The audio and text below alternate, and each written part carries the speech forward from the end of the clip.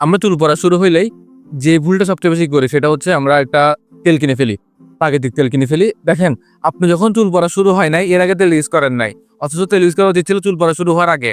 Fine, আপনার চুল পড়া শুরু হয়েছে, আপনি তেল ইউজ করা শুরু করছেন। এখানে এসে আপনি 3টে ভুল করতেছেন।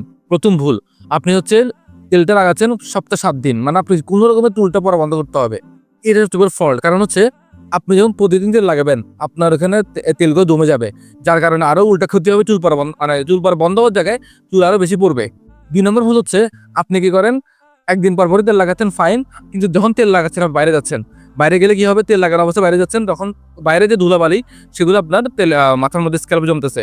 এভাবে যখন ঘাম, ধুলাবালি, তেল সব জমে গিয়ে স্ক্যাল্পের উপরে ময়লা হয়ে যাবে, এটাকে বলে বিল্ড আপ।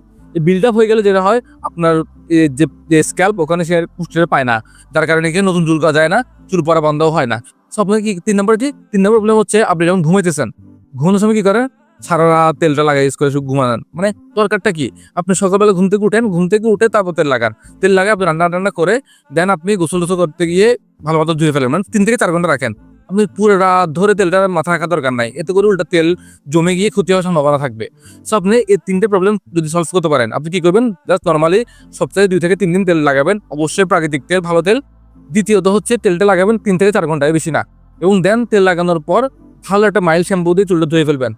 আপনি দেখেন যদি এটা 3 থেকে 6 মাস ভালো মতো কন্টিনিউ করে, যদি তার জেনেটিক্যাল প্রবলেম না হয়ে থাকে, ইনশাল্লাহ তার চুল পড়া বন্ধ হবেই হবে।